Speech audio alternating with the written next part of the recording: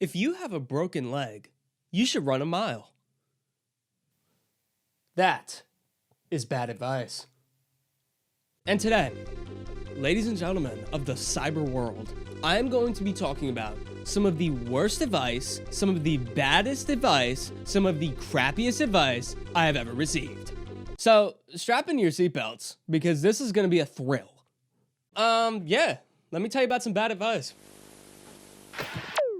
There I was, a Zoomer, thriving in the year 2013, hanging out with my friend named Michael.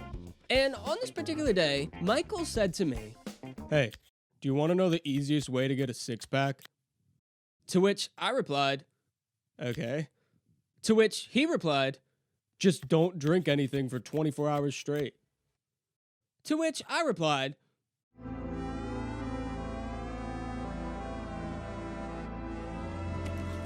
now, after I received this piece of bad advice, I pretty much just said to myself, well, that was one of the stupidest things I've ever heard. And I kind of just forgot about it. Until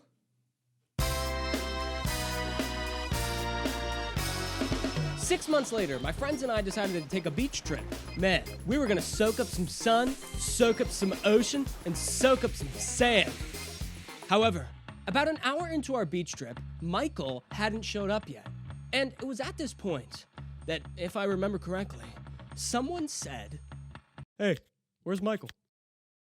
But then, off in the distance, a figure emerged. A figure with astoundingly aesthetic proportions. A figure named Michael. A figure who looked absolutely ripped. Just kidding. He actually looked like this. Truthfully, he was looking like about 20% alive and 80% dead. Turns out, Michael hadn't had anything to drink for over 30 hours prior to the beach trip in an attempt to get six-pack abs. However, his efforts were futile, and he pretty much spent the whole day lying under an umbrella trying not to die. So yeah, he pretty much lied there all day while the rest of us went on to have the absolute time of our lives. Dude, it was sick. So, yeah, I mean, I guess the moral of that story is just like, drink water or like you're gonna like be dead.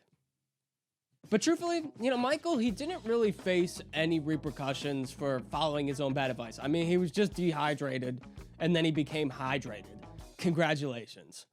But in this next scenario involving one of my friends taking their own bad advice, there were repercussions. And let me tell you something. They were not great. There I was, a Zoomer, thriving in the year 2015, standing in an empty Burger King parking lot with my friend named Steve, admiring his brand new car. Dude, it was sick. And somewhere in the midst of that empty Burger King parking lot conversation, Steve said to me, "Hey, do you want to know how to get good at driving?" To which I replied, "Okay." To which he replied, "Just practice driving in reverse as fast as possible." To which I replied,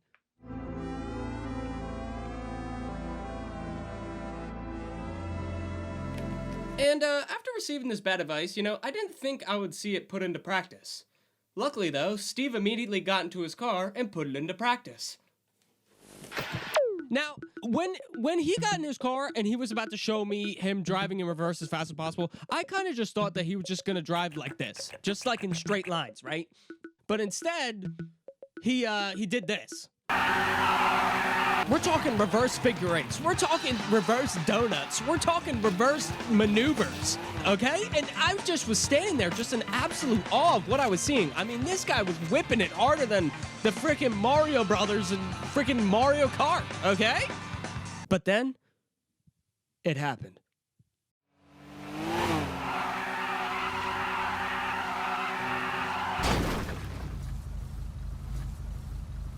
And let me tell you, my jaw dropped. And then it dropped. In a split second, Steve had spun out over a curb into a stop sign, destroying his brand new car. And it was at that moment that Burger King became a place that not only served up burgers, but also tragedies. So yeah, I pretty much never got in a car with him again. Well, that pretty much wraps it up for this pathetic loser. And you know what? I'm gonna hit you with a metaphor about bad advice. Receiving bad advice makes receiving good advice that much more good. That's a sentence. See you later.